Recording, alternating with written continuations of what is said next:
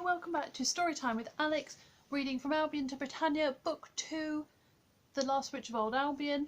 We're now on Chapter 8. We've now met Sebastian Jones, the last wizard of Old Albion, and he is about to tell his story. So, sit down, relax, and let's see what Sebastian Jones has to say for himself in Chapter 8, The Wizard, His Book, and My Dad. When we found ourselves in this world all those years ago, I found it very hard to know what to do. Rose had her cottage and lots of people to care for, even if they did not really know who or what she was. Father Joe here had his priestly calling and all those gold coins to look after. He bought me a house to live in and gave me enough money to live on, but what was I supposed to do?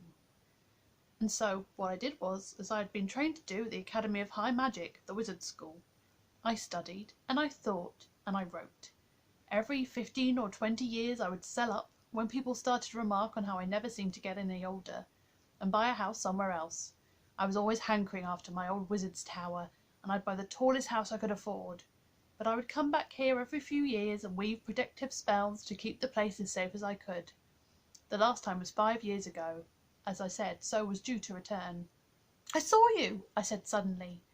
"You had long hair and a ponytail and a long black coat. You walked up this road in the middle of the night reading out a little book." Sebastian laughed. "You mean this one?" He pulled a small battered leather-covered book out of his hip pocket. "Oh, that coat! I loved it so. It was leather, came down to my ankles. Difficult to get a coat long enough when you've got long legs like mine. I lost it in a card game a couple of years ago. Had to swap it for a duffel coat. It's always so quiet here at 4 in the morning, but I have wondered if anyone with insomnia has ever seen me. The foxes woke me up. They do make a racket at mating time."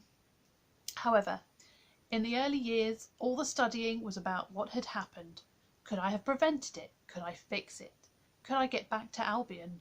We all hoped we might be able to return. We tried so hard, but just found ourselves back where we started. Eventually, we realised how dangerous it would be if anyone did cross the bridge and get to wherever the other side is. We buried the entrance to the place, but realised that this did not stop cats coming through from the other side occasionally. Then as time passed and none of us aged, I tried to find out why that was happening too. I tried to find out why we could not cross the sea or the bridge. I knew the spirit of the land had rescued us all from total disaster, but could I contact the spirit? Could I reason with it and get us home? The answer seems to be no. I had many adventures, most of which I should not be telling someone of your age, Miles. When I realised I was not aging, I tried a variety of lives. Most recently, I decided to go with my surname and be Welsh. I lived up in the hills above Bangor in an old farmhouse for 20 years, and then had a flat in a high-rise in Swansea for a decade. That was when I perfected this Welsh accent, side note, which I'm not doing because I do not want to offend the entire Welsh nation, which I've grown very fond of. However, the particular story I want to tell you took place during the Second World War. One of the things about being hundreds of years old is you don't get called up when the country goes to war. I don't have papers, birth certificates and such things. I'm sure I could get them forged if I really wanted to, but I have no intention of fighting in a war, even if I could have crossed the Channel, which I can't. However, I found myself in London, in a flat in a beautiful Art Deco building, the sort of place Hercule Poirot would have lived in. I hated the Nazis with a passion, so I wanted to do my bit. I'd provided myself with a limp and always walked with a stick to demonstrate that I could not go to war, in order to dissuade eager people from giving me white feathers and the like.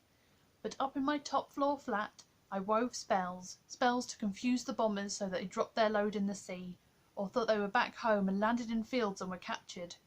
If there were many houses on fire, I worked a little weather magic to bring on some rain. It was a very beautiful flat, very plain and sparse, a wonderful change after the years of Victorian fussiness, although I did love that style at the time.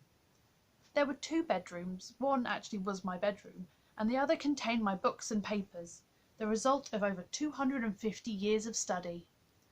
I suppose I'd never quite lost the habits of old Albion, because all the conclusions I came to and the spells I constructed were written by hand in a very large leather-bound book. I even illuminated some of the pages with designs when I was going through an artistic phase. The first section of the book was dedicated to this place, to what had happened, both the story of it and the underlying magical forces that were at work. to the various ways I'd tried to cross the bridge, or ways I believed might be possible, and what I thought would probably happen if anyone tried again. I look back and wonder why on earth I did it. Here was Rose Cooper, keeping herself safe and hidden away, and keeping the triangle safe with the wardens she found to help her over the years. Here was Abbot Joe, serving communities around the country as a priest, and looking after the money so that none of us would ever be in want, and, probably more importantly, so that no one could buy this land, and so that we could keep control over it, keeping it safe in his own way. I worked out quite how dangerous this place could be, and what dangerous people could do here if they were stupid enough, and I wrote it all down, because that's what wizards do. It was later in the war, when they started to send over the flying bombs, the V1s and V2s. They were automatic. There was no crew to work my spells upon, and they didn't seem to be affected by the weather. I was lucky. I was an ARP warden, and out on my rounds one night when I heard the flying bomb in the sky. I heard the engine cut out. That was when you knew it was about to drop. It was not far away. A huge explosion, one of many, but somehow, whether through magic or intuition, I knew it was the block where I lived. By the light of the burning buildings, I made my way back through the blackout, and there was my home, like so many others, a huge pile of rubble and dust and flames and people. I spent the rest of the night helping to dig people out, bandage them up or lay them out, and all the time worrying about my flat and my belongings and my books and papers, and especially my book of spells. When day dawned, the fires were out, and the pile of rubble was deemed to be reasonably safe. There were a few of us trying to rescue what was precious to us, and a few people I did not recognise, just trying to find stuff worth selling on the black market. In my ARP uniform, I tried to see them off. Looting was severely punished. Most of my papers and notebooks were either burned to a crisp or soaked through and totally unreadable. I searched frantically for my book of spells. The leather should have protected the pages from both fire and water, but I could find no trace of it. Had it been destroyed? It had been well made, but if a flying bomb had landed on it, it would have been blown to bits. I hoped that was what had happened to it. Were there people who would have known what it was if they came across it? At the end of the 19th and the beginning of the 20th century, there were all sorts of people who took an interest in what they thought of as magic. Some were con men and fakes, others desperate romantics who wanted to be magicians but just weren't. Others tinkered around trying to contact and control spirits, or tried to bend reality by sheer willpower. Maybe some achieved something, but none of them had the true magic of old Albion. In this world, in this land that resided totally in Rose Cooper and Sebastian Jones, the last witch and wizard of old Albion. But many of those kinds of people would have been fascinated by my book, and some would know enough to try some of the spells, and for some of the spells to work, not because they were wizards, but because I was a wizard, and these were my spells. After the war, I moved to another part of London and worked to recreate my book, and to keep an eye out to see if the original had survived. In between other exploits, I rewrote my book, and started to hang around with these people fascinated by magic just to see if there were any signs of my lost book. There's a shop in Greenwich called Hyperborea. It sells new and second-hand books about what the owner likes to think of as magic and magical objects. I couldn't go there too often. It's been open since the 1920s, and they might have noticed something if I'd been going there too regularly. I never actually found my book, but shall I tell you who actually owns Hyperborea today? Mrs. Deirdre Campbell, resident of the Albury Triangle Conservation Area and wife of Mr. Campbell. I only realised that when I came into that meeting yesterday, but I'd already found my warding spells on their house. The spells that had prevented Rose from finding out if the cats were there. As I suspected, when Joe told me about them, my spells that were written in the lost book. And there's another interesting fact about your Residence Action group. I've seen all of them at Hyperborea at one time or another. What about the cats? I said. Are they there? No, Miles, I'm afraid they aren't, and neither is my book. But I'll bet you anything you like that both the cat and my book are in the triangle somewhere.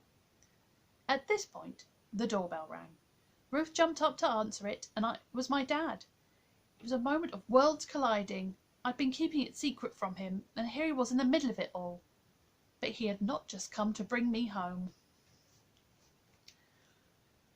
Good evening, Miss P. Ruth, Father Bennet, sir. He looked stressed and was talking fast. Look, I'm fairly certain that you know more about these missing cats than you're letting on. Whatever plans you might have to get them back, I want to help. We just got back from shopping, and our cat Misty was not there to greet us, and Emily, Miles's mum, burst into tears. We're all frankly going to have a rubbish Christmas, not knowing where Misty is. Emily told me about seeing Mr Campbell recycling lots of cat tins, and Miles had already told me about the missing cats being related. I've never liked him, nor indeed any of that group on the ATRAG committee. None of them have been here even as long as we have, which is not in itself a reason to dislike them, but there's an air about them I don't trust. So if you can tell me what's going on, I'll do what I can to help. He looked around at everyone and nodded to me. I wasn't sure whether I should be embarrassed or thrilled. In stories about children and magic, parents are always absent one way or another. But here was my dad, stepping into the thick of it. What would anyone tell him? I was really glad that he had not said any of this to me on my own. There was silence for a moment, and then Sebastian Jones stood up and offered my dad his hand. Good evening. My name is Sebastian Jones. Please call me Sebastian. I'm a friend of the father here, and a good friend of Miss Phillips. I'm sure I speak for all of us when I say we're glad to have you on board. We're going to need all the help we can get. Good evening, said my dad, shaking his hand. Please call me Stephen. Now, is anyone going to tell me what's going on? Might I suggest, said Sebastian Jones, that this is one of those occasions when we're going to need beer. Not Miles and Ruth, of course, in this day and age, but the rest of us. I would be happy to wheel Miss Phillips round to the nearest pub, which I believe is still the Rose and Crown, and for Stephen to join Father Bennett and myself in a pint or so of the local brew, which used to be half decent, along with a pie or something for our supper, while we tell him a story or two about the Albury Triangle. Thank you, Sebastian, said Miss P, but I've never really liked beer, and I find pubs too noisy. I'll stay here with Miles and Ruth while you three drink your beer and tell your stories. In that case, my dad said, I'll go and get Emily. Then you won't have to tell your stories twice. A pint of beer will do her good. An excellent suggestion, said Sebastian Jones. He turned to Father Bennett. Do we have the readies for a drink or two? Better than that, said Father Bennett. I have a credit card and enough credit to see us through several stories and accompanying pints of beer and pies. Well, off you go, said Miss P, and Ruth and Miles and I will look after each other. I do not have any beer, but I do have some excellent hot chocolate and a packet of marshmallows, and we can have cheese on toast for our supper. Ruth and I had a pleasant evening with Miss P, but as we munched our cheese on toast and sipped our hot chocolate and talked about what was going on, at the back of my mind I wondered what Wizard Sebastian Jones and Abbot Joseph were telling my mum and dad. Ruth's mum came and collected her at about 10 o'clock, and I went home. It was strange and upsetting not to be met by Misty rubbing up against my legs and looking hopefully at his food bowl. I went to bed, but it was the holidays, so I was still reading when I heard Mum and Dad returning from the pub. Mum came up first. Can I come in? She called through the door. Of course. She came in and sat quite heavily on my bedroom chair on top of my jeans. She smelt of beer. So, she said, magic. A witch and a wizard. A thin place. She paused. I was a bit upset that you hadn't told me, but, well, you were keeping other people's secrets. That's a bit dodgy, but, it was Miss P, and, well, I don't think I would have believed you. She paused again, then said, I'm sorry I didn't think Mr Campbell recycling all those cat tins was important. I had no idea what to say. Luckily, my dad, who had been in the loo, came in and sat, also quite heavily, on my bed. He said. I'm sorry I dismissed what you found out about the cats being related. I'm sorry I didn't tell you what was going on, I said. I promised Miss P, and, well, I didn't think you'd believe me. Dad said again. Are you all right, dear? Mum said to him. You've been quiet this evening. It's a lot to take in. How was your wart? Completely gone, I told you, she turned to me. Rose cured the wart on my thumb. It's been annoying me for weeks. She didn't do something and tell me to come back in a week. She sang a little song and waved her hand, and it disappeared before my eyes. She looked at her thumb. I could see that the wart was completely gone. You know, said my dad suddenly, Rose, Sebastian and Father Joe seem to like to tell you what's going on by telling the stories. So if you're not too tired, I've a story to tell you, both of you.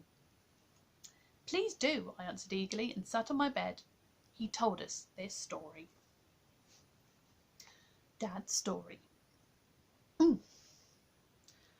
When I was a kid, we didn't have a great deal of money for fancy holidays, so every year Mum and Dad would rent the same cottage in a little place called Penmaenmawr on the north coast of North Wales. It's a bit different now, since they built the motorway all along the coast and around the headland. We would stay in this little cottage, almost stuck on the side of the steep hills up to Snowdonia, and we could follow a path through some trees down onto the beach. Evie, my sister, your aunt, loved the water and the beach. She would stay there all day until the tide came in and we had to retreat to the pebbles. She loved swimming and making sandcastles. There's good sand there for sandcastles. After a while on the beach, I would get the fidgets, and as I got older, I would be allowed to go off for walks on my own. Dad came sometimes, but he and Mum worked hard all year and liked lazing about on their holidays. They always told me to be careful, but I was 13 and didn't take a lot of notice. But I always got home in time for dinner. One day, I'd walked up a really steep path behind the village that led up to what they call the Druid Circle. By the time I was 13, I knew it was much older than the Druids. The people who lived there made flint axes, and other people came for miles to trade with them. I'd read everything I could about the place. It was not a huge stone circle, but it was on the top of the hill. When it was in use, the ground had been covered with white pebbles. It's the sort of place your friend Ruth would love. It was a fine warm day, and I found a little cosy place nearby out of the wind. I ate the crisps and the apple I'd bought and drunk my orange juice. I used to take Coke, but it got so jiggled up on the way up that it fizzed all over the place when I opened it, and half of it would get wasted. I lay down on the grass, looking up at the blue sky, and fell asleep. I woke up because I could hear a human voice. There were seldom any other people up there, and I was surprised. I raised myself up on my elbows, and I realised there was someone standing in the middle of the stone circle. From time to time, I'd meet hippie types up there, but this person was different. He was a punk. He had bright green, spiky hair and a leather peak cap. He wore a leather jacket covered in studs and red tartan bondage trousers and red DM boots. He even had safety pins through his ears. I desperately wanted to be a real punk, but I really didn't have the nerve. He also had a long stick in one hand and was reading out loud from a book. I didn't want to disturb him, and I was probably a bit scared of him. He was a lot older than me, so I crawled out of the little hollow I was in and stood up. I was really stupid. I was so fascinated by him that I didn't look where I was going. I was trying to circle around to get a better view when I stepped backwards and overbalanced. I was right on the edge of a steep, scree slope, millions of loose stones. I yelled in fright, and the punk saw me, and instead of falling to my death, I stopped falling altogether. He had pointed his stick at me, and I was suspended in mid-air. I could see my feet in front of me. It was as if I was floating in the sea. He raised the end of the stick, and I felt myself rising. He pulled the end of the stick back towards him, and I floated towards him.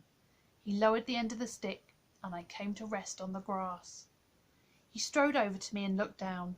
I was in a terrible state of shock and couldn't get my breath. He took a paper bag out of his pocket and emptied sweets out of it onto the grass. "Breathe into this. It'll get you breathing right." I did as I was told and began to calm down, but I was terrified. I'd nearly fallen off a cliff and died, and then I'd been rescued in some way I did not understand by a really scary-looking punk. He took out a small bottle out of another pocket. "Take a swig of this," he said. I did as I was told. It was whiskey, and I nearly choked, but I could feel it doing me good as it went down. "You okay now?" he asked, as I handed the bottle back to him, and I nodded. I don't think I'd said one word to him. "Right, here's the deal. Don't tell anyone what's happened here, because A, they'll kill you for nearly killing yourself and then never let you out on your own again, and B, because they won't believe you were saved by a punk with magic staff, okay?" "Okay," I said, and then finally, "Thank you. Now, go home and let me get on with my spell and be more careful." I did exactly what he told me to do. I went back to the cottage and never told a living soul about what had happened until now. As time passed, I even began to wonder if I'd always dreamt it, asleep in a hollow up in Snowdonia, but a part of me always knew it wasn't a dream. It was why I got so interested in the Fortean Times and all that. It was my own unexplained phenomenon. I suppose I could have got it into all that goth stuff your friend Ruth is so fond of, but the only magic I ever saw was practised by a punk with a safety pin in his ears, so that never really appealed. And then today, I met him again. I was thrown at first because he didn't look any older and his style of clothes had changed a little. Also, he didn't have a Welsh accent then, which seems odd as we were actually in Wales. But it was him, Sebastian Jones, the last wizard of old Albion. "Why didn't you say?" said Mum. "It took me a while to believe myself, and I've kept it to myself for so long. I saw him doing his protective spells, walking up this road in the middle of the night when I was 6. Do you remember the foxes used to wake me up?" I said. "Well, we wouldn't be here without that wizard, would we?" said Mum. "If your dad had fallen down that cliff and died, I'd never have met him, and you'd never have been born." She started to chuckle. Somehow this struck us all as funny, and soon all 3 of us were giggling uncontrollably. Because Mum is a teacher and Dad works in an art college, they had roughly the same holidays I have. They both have work to do outside term time, but always got it done at the beginning of the Christmas break so that we could be on holiday together. The next day Sebastian Jones came to lunch, and Dad finally told him where they'd met before. The wizard thought it was really funny. "I hadn't been in Wales that long," he said in his Welsh accent. I still spoke like a Londoner. He and Dad disappeared for the afternoon. They came back about dinner time, not telling us what they'd been up to. One of our holiday treats is to go to the Chinese takeaway on Station Road, and Dad and I went to get a meal for us all. Actually, going, rather than getting it delivered, was part of the fun, and that evening we met Mr. Jackson there. After saying hello, we discussed the Atrag meeting, which he thought had been a waste of time. Then he said to us, "You know, cats being stolen, it's not just around here. I had a Christmas card from Mr. Benson yesterday. He used to be the caretaker of the community centre. I told you about his cat, Gloriana. Well, she's gone missing too. He's very worried." Dad and I looked at one another. The Campbells had not counted wrongly. They had stolen Gloriana, and now the only cat they needed to complete the 12 was Miss P's cat, Gremlin. We enjoyed our Chinese takeaway with Sebastian Jones, who was great company in a slightly alarming way, but then he and Dad disappeared into the kitchen and then went out again.